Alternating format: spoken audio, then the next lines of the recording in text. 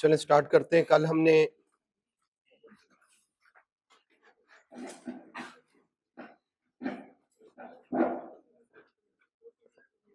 Hello ठीक, कल हमने स्टार्ट किया था पर्सन। पर्सन है इंडिविजुअल, एओपी। सर इसको बाद में दिखवा लीजिए। पर्सन है इंडिविजुअल, एओपी और कंपनी। क्लियर हो गया? एओपी और कंपनी कानून के तहत बनते हैं। वो यहाँ का कानून भी हो सकता है और बाहर का कोई कंपनी, जाहिर कंपनी बनाने का इंडिया का भी कानून होगा, चाइना का भी कोई कानून होगा, तो उनके कानून के मुताबिक भी जो बनेगी एओपी या कंपनी, तो वो भी पर्सन है। फिर हमने देखा फेडरल गवर्नमेंट, और इसी तरह से दो गवर्नमेंट नहीं थी, लोकल और प्रोविंशियल। और इसी तरह से हमने देखा कि जनाब जो फॉरेन गवर्नमेंट है या political sub division of a foreign government, और उसकी मैंने क्या एग्जांपल दी, स्टेट्स, रियासतें, ठीक है, जो कि एक होता है सूबाई निजाम, जैसे पाकिस्तान में है, यहाँ पे वो वफाक के पे डिपेंडेंट होती है। जितनी भी रियासतें होती हैं वो, सॉरी, जो सूबे होते हैं वो क्या होते हैं, डिपेंडेंट होते हैं। लेकिन जो रियासती निजाम होता है उसमें रियासत का अपना रेवेन्यू होता है और वो फेडरल के पे ज्यादा डिपेंडेंट नहीं होती, तो इसलिए उसको पॉलिटिकल सब डिवीजन ऑफ क्या कहा गया है, फॉरेन गवर्नमेंट। क्लियर है? तो इसका रियासत जैसे केंटकी है अमेरिका की, या इसी तरह से बाकी है। और इंडिया की अगर देख लें तो जितनी भी रियासतें हैं सारी रियासतों में बटा हुआ है, गुजरात है और इस तरह से बाकी। खैर, और आखिरी कौन से वाला, पब्लिक सेक्टर या पब्लिक इंटरनेशनल ऑर्गेनाइजेशन, आईएमएफ हो गया, यूनिसेफ हो गया, या इस तरह के जितने भी इदारे हैं। क्लियर है? इससे हम आगे चलते हैं। पर्सन, पर्सन में तीन जो है वो मेन है। कौन से वाले अगर कोई बता सके तो, इंडिविजुअल, एओपी और कंपनी। बाकी का कोई खास जिक्र नहीं आएगा। इंडिविजुअल की तो कोई डेफिनेशन नहीं, इंसान होता है। लेकिन बाकी दो जो है, जैसे एसोसिएशन ऑफ पर्सन और कंपनी, ये ज्यादा इंपॉर्टेंट है। इनकी आज हम डेफिनेशन पढ़ने लगे हैं। दूसरा ये कि बेटा देखें, पढ़ाने के कुछ तरीके होते हैं।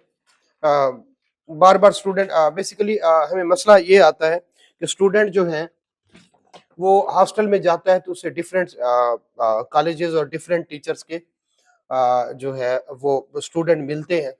हमारा ये मसला यही होता है कि हम जिससे पढ़ रहे होते हैं हमें लगता है कि ये दुनिया का सबसे बेहतरीन टीचर है, ठीक है, और हम फिर अपने तक नहीं रखते, उसको प्रीच करते हैं। जिस तरह से हम किसी भी मकतबा फ़िक्र से ताल्लुक़ रखते हो तो हम दूसरों का जीना हराम कर किए रखते हैं।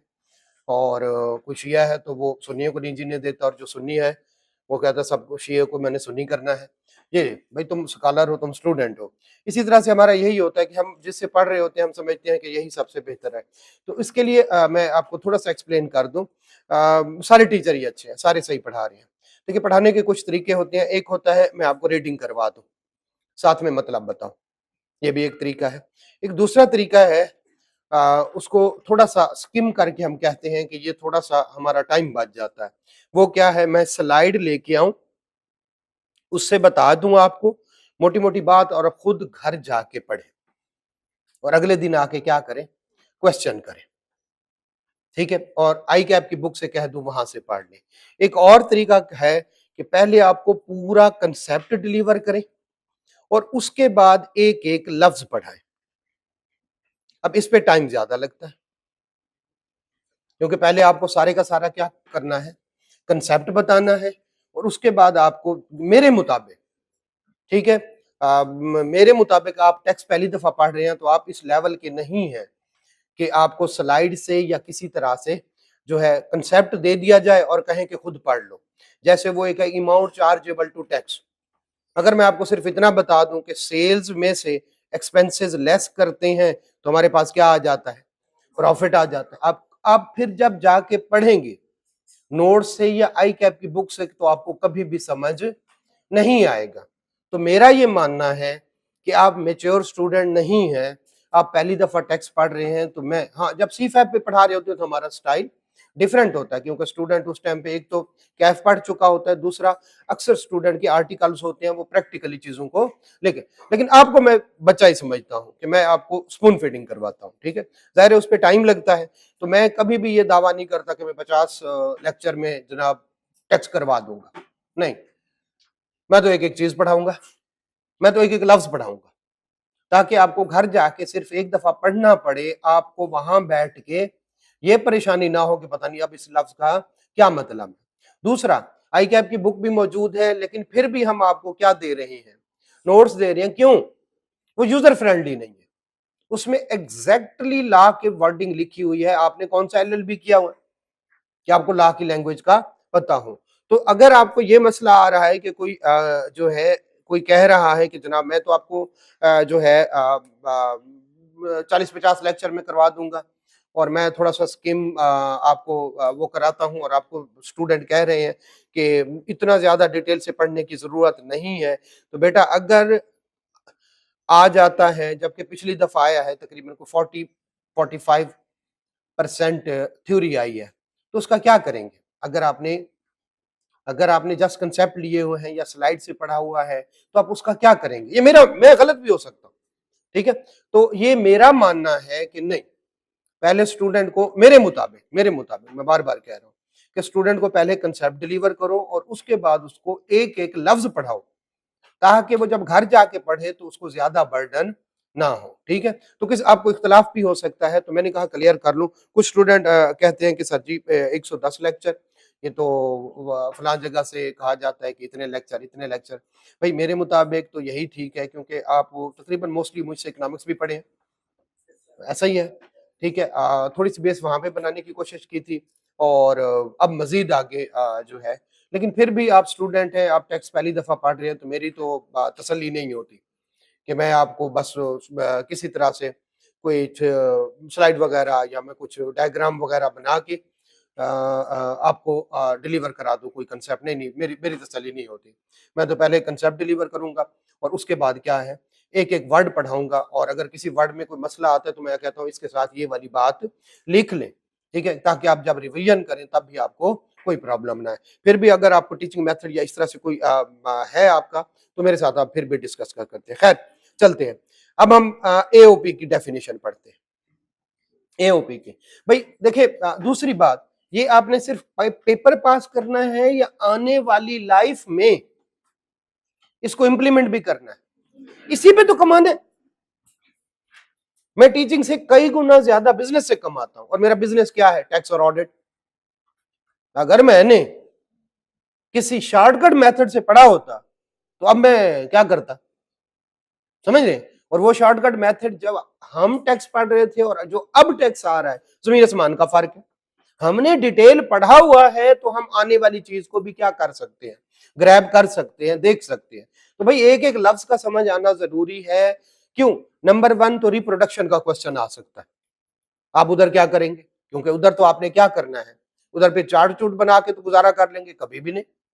और रिप्रोडक्शन के क्वेश्चन आए हैं, मैं आपको पास पेपर करवाए हैं, कुछ पास पेपर के क्वेश्चन करवाए हैं, यस करवाए हैं। उसमें क्या रिप्रोडक्शन के क्वेश्चन भी पूछता है और केस स्टडीज भी पूछता है और न्यूमेरिकल भी आता है। खैर वापस आते हैं, AOP association of person, association of person, AOP, ठीक है। और खुदा ने खासा मैं किसी को गलत नहीं कह रहा, बाकी टीचर्स को भी सारे ठीक पढ़ा रहे, ठीक है। मेरे मुताबिक ये चीज है एओपी, एसोसिएशन ऑफ पर्सन। अच्छा, इसके लिए सबसे पहला वर्ड जो है वो है फर्म। अगर कोई 4 बंदे, 6 बंदे, 10 बंदे, मैक्सिमम 20 तक पढ़ा होगा, एओपी इंट्रोडक्शन टू बिजनेस में पढ़ा था ना, उसके बाद कंपनी बनानी पड़ती है, ठीक है। तो कंपनी से पहली फर्म है, इंडिविजुअल से अगली फर्म है। 2 से लेकर 20 तक अगर बंदे इकट्ठे हों और वो बिजनेस करें तो उसको क्या कहते हैं? फर्म। क्लियर है? उसको क्या कहते हैं? फर्म। ये वाली एक बात हो गई। दूसरा, अगर कहीं पे लिखा हुआ हो बॉडी या लिखा हुआ हो बॉडी कॉर्पोरेट या लिखा हो body of person, word note कर ले, खुद नोट कर ले। Body, body corporate, body of persons,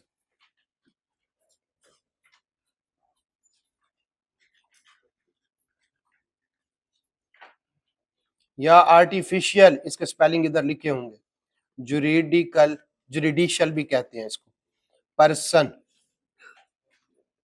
या लिखा हो आर्टिफिशियल पर्सन,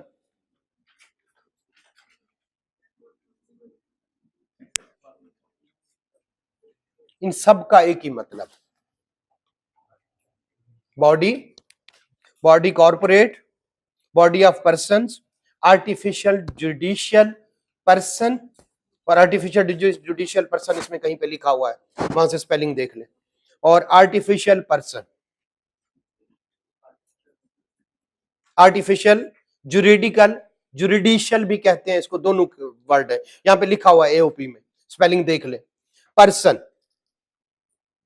या आर्टिफिशियल पर्सन। क्लियर हो गया? ये सारे लफ्ज एक है, सबका मतलब एक है, लेकिन ला में जहां पे बॉडी लिखेगा आपने बॉडी लिखना, जहां पे वो बॉडी कॉर्पोरेट लिखेगा, क्योंकि डेफिनेशन पढ़ रहे हैं हम, क्या पढ़ रहे हैं? डेफिनेशन, डेफिनेशन में चेंज नहीं हो सकती, रट्टा होता है। जहां पे वो बॉडी कॉर्पोरेट कहेगा बॉडी कॉर्पोरेट लिखना है, जहां पे बॉडी ऑफ पर्सन कहेगा बॉडी ऑफ पर्सन लिखना है, जहां पे आर्टिफिशियल जुरिडिकल पर्सन कहेगा, जुरिडिशियल भी कहते हैं इसको, ठीक है, जुडिशियल भी कहते हैं, तीनों सही है मुख्तलिफ जगह पे, और जहां पे आर्टिफिशियल पर्सन लिखा होगा आर्टिफिशियल पर्सन लिखेंगे। अब ये बताएं, एक होता है इंडिविजुअल, एक होती है एओपी, एक होती है कंपनी, कौन से दो आर्टिफिशियल पर्सन? एओपी और कंपनी। इसका मतलब है ये एओपी भी हो सकती है और कंपनी भी हो सकती।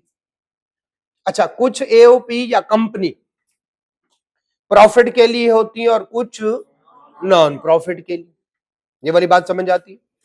कुछ प्रॉफिट के लिए और कुछ नॉन प्रॉफिट के लिए, कुछ लोकल भी हो सकती है और कुछ फॉरेन भी हो सकती है। देखिए, पाकिस्तान की कंपनी है वो भी आर्टिफिशियल पर्सन है, और अगर कोई फॉरेन कंपनी है तो वो भी आर्टिफिशियल पर्सन है। क्लियर हो गया? अच्छा, अब एक तो वो कहता है, अब इस सबका पता चल गया, लेकिन जहां पे बॉडी ऑफ पर्सन लिखा होगा बॉडी ऑफ पर्सन लिखेंगे, और जहां पे आर्टिफिशियल पर्सन लिखा होगा वहां पे आर्टिफिशियल, जहां पे जो डेफिनेशन है, लेकिन सबका मतलब क्या है? एओपी या कंपनी, आर्टिफिशियल पर्सन। ये पढ़ क्या है आप कि एओपी या कंपनी क्या होती है? एक, ठीक है, आर्टिफिशियल पर्सन। अब एओपी की डेफिनेशन में अगर बॉडी कॉर्पोरेट लिखा हो तो इसका मतलब एओपी है, और अगर कंपनी की डेफिनेशन में कहीं पे आर्टिफिशियल पर्सन लिखा हुआ है तो उसका क्या मतलब है? ये समझ आ रही? ओके, अगर वो एक लिखे पाकिस्तानी बॉडी कॉर्पोरेट और साथ में लिखे आर्टिफिशियल पर्सन, तो इसका मतलब है पाकिस्तानी कंपनी, कंपनी की डेफिनेशन में, और साथ में दूसरे का क्या मतलब होगा? बाहर की कंपनी। समझ रहे हैं? इन सब का मतलब एओपी और कंपनी है, आर्टिफिशियल पर्सन है। अब फर्म की डेफिनेशन में एक तो सॉरी, एओपी की डेफिनेशन में एक वो लिखता है फर्म, अगर बिजनेस करें दो या दो से ज्यादा बंदे मिलके तो वो क्या है? फर्म है। और अगर वो बिजनेस ना करे तो उसको नाम दे रहा है, ये देखें, आर्टिफिशियल जुरिडिशियल पर्सन, ये भी फर्म है, ये भी एओपी है। ये समझ रहे हैं? बिजनेस के लिए उसने क्या वर्ड यूज किया है? फर्म, वो भी एओपी। और अगर बिजनेस नहीं करते, जैसे कोई दो तीन बंदे मिलके कहते हैं हम फलां मस्जिद का ख्याल रखेंगे और इसको एओपी के तौर पर रजिस्टर्ड करा लेते हैं, अगर ये बिजनेस करते तो इसको हम क्या कहते? फर्म। क्लियर है? और अगर बिजनेस नहीं कर रहे, यहां पे बॉडी कॉर्पोरेट भी आ सकता था, यहां पे आर्टिफिशियल पर्सन भी आ सकता, लेकिन उसने वर्ड क्या यूज किया? इसका मतलब है फर्म बिजनेस के लिए, और ये किसके लिए? Non non profit organisation, non profit AOP. और अगर अगर यही कंपनी में आ जाए तो फिर कंपनी के लिए यूज करेंगे, body corporate, corporate, body of person. ये देखें, बॉडी ऑफ पर्सन, यहां पे नीचे क्या लिखा हुआ है? बॉडी ऑफ पर्सन, ऊपर क्या लिखा हुआ है? दोनों का एक ही मतलब है, लेकिन उसने जो लिख दिया लिख दिया। अगर बिजनेस करे तो फर्म, और अगर बिजनेस ना करे इसके साथ लिखे दोनों पाकिस्तानी।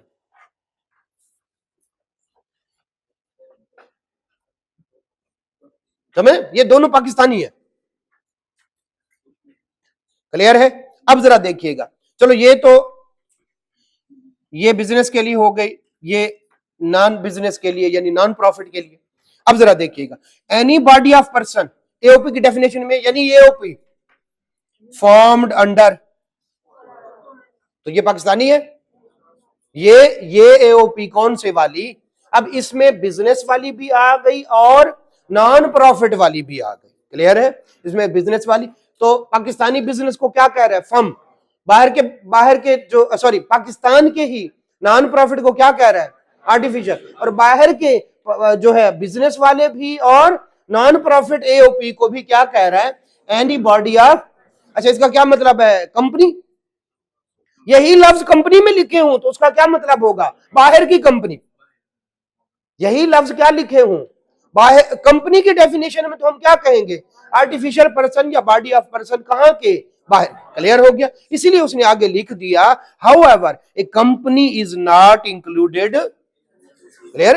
ये बॉडी ऑफ पर्सन क्या है, एओपी है, कंपनी नहीं है। अगर ये कंपनी की डेफिनेशन में ये लफ्ज लिखे होंगे तो फिर वो क्या होगी, कंपनी होगी। यहां तक क्लियर है?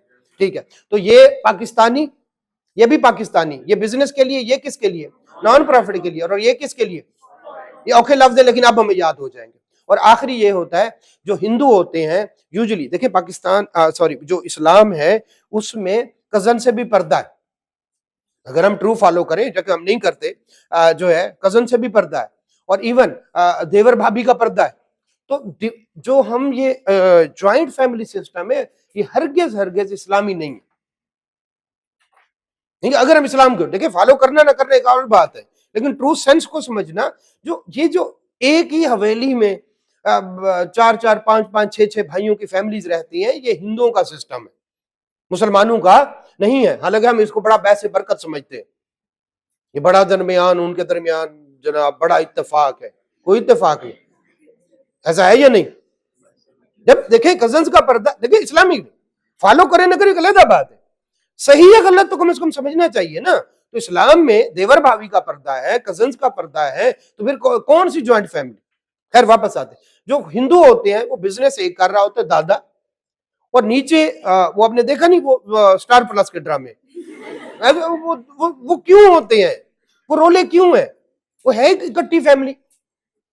देखिए ये रोले होंगे, जब दो भाई इकट्ठे काम करते हैं तो एक की बीवी को लगता है कि मेरा घर वाला ज्यादा काम करे, अगर ये अलग हो तो ये मसाइल ही ना हो।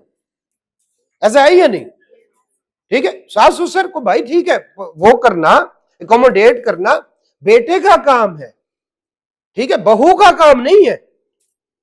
हमें जब शादी हो गया तो सब सारा काम अब जनाब तुमने नौकरानी रख ली है या नहीं?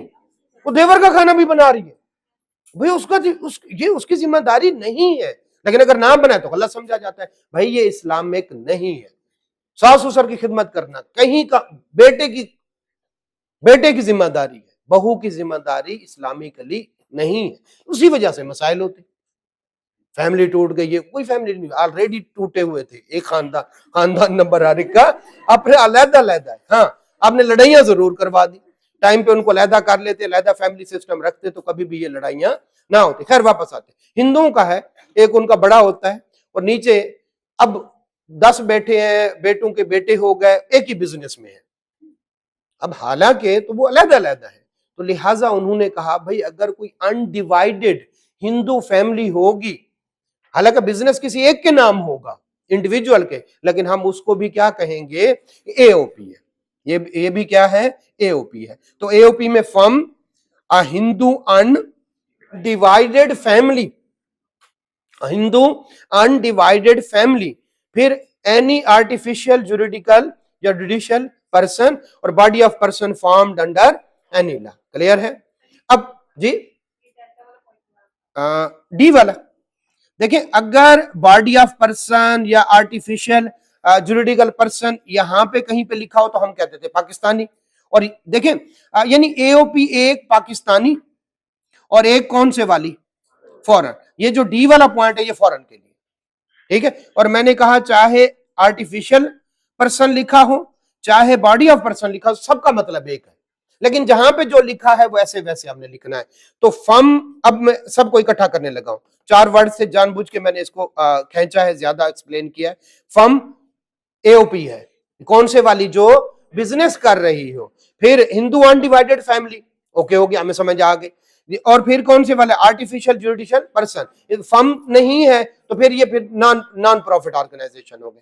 और फिर बाहर की कोई फर्म क्या हो गया, और उसको क्या नाम दे रहा है, body of person. Body of person याद इसी तरह से करेंगे, लेकिन हमारा कंसेप्ट है आर्टिफिशियल ज्यूरिडिकल पर्सन और बॉडी ऑफ पर्सन, एक ही मतलब है, एक ही मतलब है। वो प्रॉफिट भी हो सकता है, नॉन प्रॉफिट, बाहर के भी हो सकते हैं, यहाँ के भी हो सकते हैं। चलिए हमारा क्लियर हो गया। अब मजीद उसने फर्म को क्या किया है, एक्सप्लेन किया है। अच्छा, फर्म में होते हैं पार्टनर, पता है ना, यहां पे उसको मेंबर कहते हैं। यहां पे उसको पार्टनर नहीं कहना, बल्कि क्या कहना है, मेंबर। तो इसका मतलब है कंपनी के डायरेक्टर होंगे और फर्म के मेंबर्स होंगे। चले पढ़ देते हैं। मेंबर, पहले मेंबर्स पे है, नीचे है मेंबर्स, साथ साथ लिखा करें, साथ साथ लिखा करें। In relation to AOP includes the partner in a firm. तो मेंबर्स की क्या डेफिनेशन है, जब हम एओपी की बात करते हैं, फर्म का जो पार्टनर होता है उसको हमने क्या कहना है, मेंबर। अब फर्म की बात कर रहे हैं। फर्म मैंने कहा था बिजनेस के लिए है, और आर्टिफिशियल ज्यूरिडिकल पर्सन के लिए क्या कहा, ये फिर नॉन बिजनेस एओपी है। चले पता चल गया। Firm means relation between person, लोगों के दरमियान relationship, who have agreed to share, bracket में लिखे लॉस भी, who have agreed to share profit and loss, loss लिखना नहीं लेकिन आपके कंसेप्ट के लिए, profit and loss of a business carried out by all, सारे मिलके बिजनेस करेंगे या कोई एक करेगा और बाकी स्लीपिंग पार्टनर होंगे। पता नहीं नई बात बताई मैंने, पता है ना, क्लियर है ना। तो या तो सारे मिलके करें या कोई एक दो करे और बाकी कौन से हों, स्लीपिंग पार्टनर। क्लियर है, जल्दी से पढ़े इसकी डेफिनेशन फर्म और फिर हम आगे चले।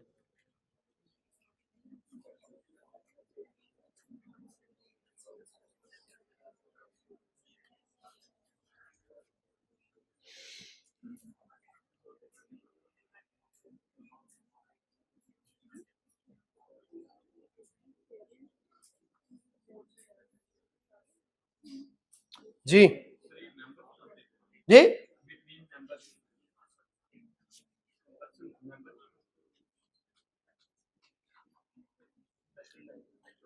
हाँ हाँ, मतलब वही है, मतलब वही है, मतलब वही। ओके है बेटा, आगे चले, यहां तक कोई इशू, चले आगे चल। अब है कंपनी की डेफिनेशन। देखें, कंपनी की डेफिनेशन से पहले 2-3 वर्ड है, उसको अंडरलाइन कर ले। कंपनी के डेफिनेशन में 2-3 वर्ड्स है। दूसरे पॉइंट पे लिखा हुआ है बॉडी कॉर्पोरेट, समझ गए। उसके नीचे डी में लिखा हुआ है बॉडी, समझ गए। Body, body corporate, body of person, artificial person, सबका एक ही मतलब है। लेकिन अगर ये कंपनी की डेफिनेशन में आ गया है तो इसका मतलब है कंपनी, और एओपी की डेफिनेशन में आए तो एओपी। क्लियर हो गया, ये वाली बात समझ आ गई। अच्छा, अब ये बताएं कि पाकिस्तान में अभी जो चल रहा है, आपको पता है कंपनीज एक्ट, इसके तहत कोई कंपनी बनी, वो कंपनी है। लेकिन 2017 से क्या मुराद है, ये 2017 में आया, क्या इससे पहले कंपनीज बनाने का कोई कानून नहीं होगा। वो था कंपनीज ऑर्डिनेंस 1985, उसके तहत भी कोई कंपनी बनी है। इसका मतलब है मौजूदा कानून के तहत कोई कंपनी बनी है, वो भी कंपनी है। और उससे पहले फॉर द टाइम बीइंग जो भी लॉ था उसके तहत भी कोई कंपनी बनी है, तो वो भी क्या है, कंपनी है। अच्छा, कोई फॉरेन लॉ, इंडिया में भी कोई कानून होगा, पता नहीं कंपनीज एक्ट होगा, पता नहीं कंपनीज ऑर्डिनेंस होगा, या जो भी होगा, उसके तहत कोई कंपनी बने और पाकिस्तान में आए, उसको भी हम क्या कहेंगे, कंपनी। क्लियर हो गया, उसको भी हम कंपनी कहेंगे। तो हमें 3 पॉइंट मिल गए। कंपनीज एक्ट के तहत बनी हुई कंपनी, कंपनी एक्ट से पहले कोई कानून था उसके तहत फॉर द टाइम बिंग जो भी था वो भी कंपनी, और किसी फॉरेन कानून जो कंपनीज बनाता है उसके तहत बनी हुई कंपनी भी, वो कंपनी भी यूज कर सकता है, वो बॉडी भी यूज कर सकता है, वो बॉडी ऑफ पर्सन भी यूज कर सकता है, वो बॉडी कॉर्पोरेट भी यूज कर सकता है। सारे लफ्ज हमारे लिए। अच्छा, कुछ बाहर की कंपनीज इतनी बड़ी होती है, चौथा पॉइंट, मैं डेफिनेशन से पहले आपको थोड़ा सा क्लियर कर रहा हूं। कुछ बाहर की कंपनी इतनी बड़ी होती है कि एफबीआर कहता है भाई, सॉरी मैं दोबारा बोल, कुछ बाहर की एओपी इतनी बड़ी होती है, एसोसिएशन ऑफ पर्सन, के बोर्ड कहता है भाई हमारी तो कंपनी भी इतनी बड़ी नहीं है, तो वो जहां पे जब आते हैं तो बोर्ड कहता है आप हो एओपी, लेकिन हम आपको इनकम टैक्स के पर्पज के लिए कंपनी समझेंगे। तो अब इनकम टैक्स में उसको क्या कहना है, एओपी या कंपनी, उसको समझ गए। उसका उसका वॉल्यूम इतना ज्यादा होता है कि हमारी कंपनी से भी कहीं ज्यादा होता है, तो हम उसको एओपी नहीं कहते बल्कि कंपनी। अच्छा, फेडरल गवर्नमेंट को हमने पर्सन कहा था, तो वो चीजें रहेगी। प्रोविंशियल गवर्नमेंट और लोकल, ये भी कंपनी है, क्लियर है। तो पाकिस्तान में बनी हुई कंपनी, पाकिस्तान में पहले कानून के मुताबिक बनी हुई कंपनी, फॉरेन कानून जो कंपनीज बनाता है उसके तहत बनी हुई कंपनी, और ऐसी एओपी जो इतनी बड़ी थी कि उसको इनकम टैक्स पर्पज के लिए हमने क्या कह दिया कि ये कंपनी है, तो आपस में बातें नहीं बेटा, तो उसको भी हमने क्या कहना है, कंपनी। और प्रोविंशियल गवर्नमेंट कंपनी है और लोकल गवर्नमेंट कंपनी। आए मैं आपको मुंह पे कराता हूं। Company means following, a company as defined in, clear है, a body corporate formed by or under any law in force in Pakistan, bracket में लिखे कंपनीज ऑर्डिनेंस 1985, जो पहले कानून थे उनके तहत भी जो बनी है वो भी क्या है, company.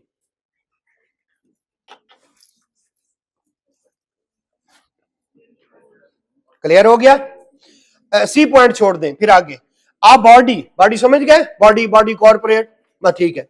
A body incorporated under law of a country outside the Pakistan relating to incorporation of, किसी ऐसे कानून के तहत बनी हो जो मुल्क से बाहर कंपनीज का कानून है, कंपनी बनाता है, तो वो भी क्या होगी, इसका मतलब मुल्क से बाहर बने हो किसी कानून के तहत कंपनी बन जाए तो वो भी क्या है बेटा जी, कंपनी। क्लियर है, आगे चले, फिर ई छोड़ दे, एफ छोड़ दे, जी पॉइंट पे, सॉरी जी नहीं एच पॉइंट पे, ई एफ जी छोड़ दे, एच पॉइंट पे है। A foreign association, association of person है, एसोसिएशन ऑफ पर्सन, क्लियर है। Foreign association whether incorporated or not, इसको छोड़ दें, ये आपने नहीं समझना।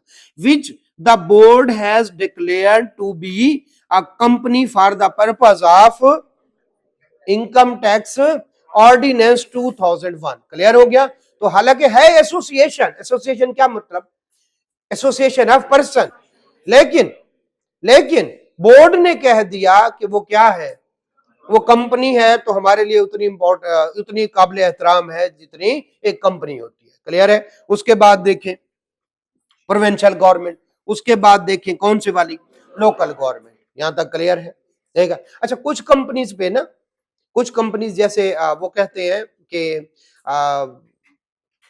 जिसका टर्नओवर ज्यादा ना हो, जिसके जो इंप्लाई है वो ज्यादा ना हो, तो उसको रेट, यूजुअली कंपनी का रेट है 29%। कंपनी पे कितना रेट लगता है, 29, लेकिन छोटी कंपनी पे 21% रेट लगता है, उसको कहते हैं स्मॉल कंपनी। तो अगर के पॉइंट देखें तो लिखा हुआ है कौन से वाला, स्मॉल कंपनी है, तो कंपनी ना, लेकिन उस पे ये कौन सी कंपनी है जिसकी सेल भी कम है और जिसके इंप्लाई भी थोड़े हैं। तो फर्क क्या है आम कंपनी और स्मॉल कंपनी में, रेट जो है टैक्स का वो 29% की बजाय कितना लगता है, लेकिन है तो कंपनी, चलो कंपनी, क्लियर हो गया, यहां तक हो गया बेटा। चले कंपनी की कुछ और डेफिनेशन हम देखते हैं, जरा आइएगा। अगर इकोनॉमिक्स आपको याद है तो दो तरह के इस्लामिक फाइनेंसिंग हो सकती है प्रॉफिट एंड लॉस की बेस पे, एक है मुशारका, एक है मुदारबा, ठीक है। नहीं वो बैलेंस शीट बेस पे है, मुराबहा और जो है इजारा और इजारा व इक्तना, उनकी नहीं, हम इनकी बात कर रहे हैं कि अगर आपने कुछ इन्वेस्ट करना, मुशारका और मुदारबा। जो मुशारका है उसमें सारे शरीक होते हैं, सबका पैसा भी होता है और सबकी स्किल्स भी होती है। जो मुदारबा है उसमें कुछ के पैसे होते हैं और कुछ की स्किल्स होती है। क्लियर है? तो मुदारबा को वो कंपनी कह रहा है, मुशारका को क्या कह रहे हैं? हमारी बला से। क्लियर है? तो मुदारबा, मुदारबा समझ गए? एक इस्लामिक फाइनेंसिंग है जिसमें कुछ लोग पैसा देते हैं और कुछ लोग अपनी स्किल देते हैं और बिजनेस करते हैं, और एग्रीड प्रॉफिट रेशो के तहत फिर प्रॉफिट एंड लॉस शेयर होता है। क्लियर है बेटा? क्लियर है जी? तो मुदारबा, ठीक है, मुदारबा। सी पॉइंट, मुदारबा भी एक कंपनी है। सी पॉइंट, अब कुछ नहीं कह सकते, मुझे उस तरह का नहीं पता। मैं जो आपको ऑलरेडी कंसेप्ट है उसकी बेस पे पढ़ाने की कोशिश कर रहा हूं, ठीक है, क्योंकि इकोनॉमिक्स में हमने पढ़ा हुआ। एक मुदारबा है, एक मुशारका है। मुशारका शिरकत से निकला है, सारे शरीक होते हैं। मुदारबा में कुछ की स्किल होती है और कुछ की क्या होती है, ठीक है। अब जर्नल है, स्पेशल है, उधर हम नहीं जाते। तो मुदारबा जो है वो क्या है?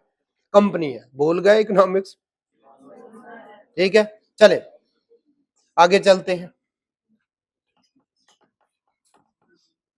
पता नहीं नॉन प्रॉफिट ऑर्गेनाइजेशन जो एओपी थी उसको उसने क्या कहा था? और अगर कोई नॉन प्रॉफिट ऑर्गेनाइजेशन एससीसीपी में रजिस्टर्ड है उसको कंपनी कहना, उसको कंपनी कहना। क्लियर हो गया?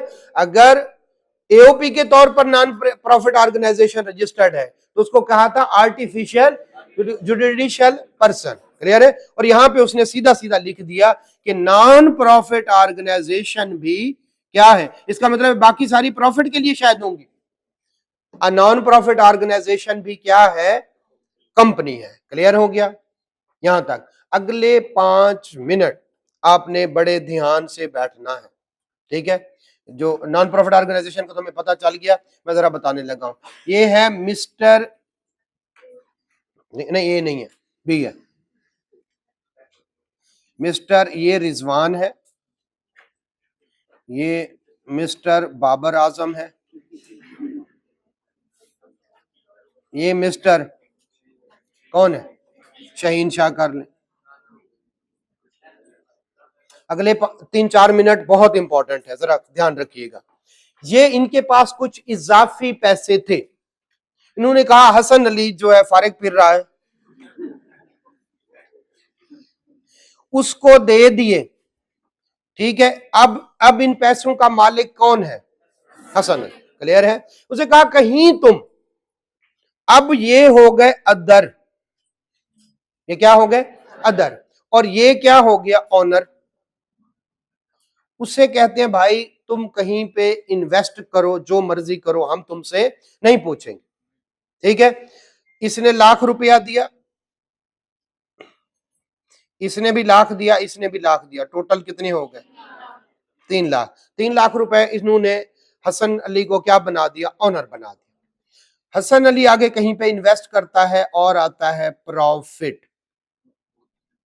किसका ज्यादा हिस्सा होगा, हसन अली का या इन तीनों का? इन तीनों का। क्लियर है? तो ये हसन अली पे उसने, इन तीनों ने एतबार किया, ट्रस्ट किया, और उसको क्या बना दिया? ऑनर बना दिया। और ये क्या बन गए? अदर या अदर्स। अब ये हसन अली कहीं पे इन्वेस्ट करेगा और जो प्रॉफिट आएगा उस पे ज्यादा हक होगा अदर्स का। क्लियर है? लेकिन हो सकता है ये भी कोई कमीशन ले, तो ये भी हो सकता है कि कुछ हक ऑनर का और कुछ बेनिफिट किसका? क्लियर है? इसको कहते हैं ट्रस्ट। इसको क्या कहते हैं? ट्रस्ट।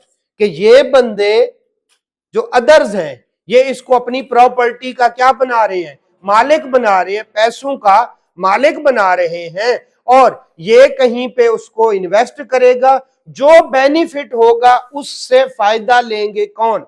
अदर। क्लियर है?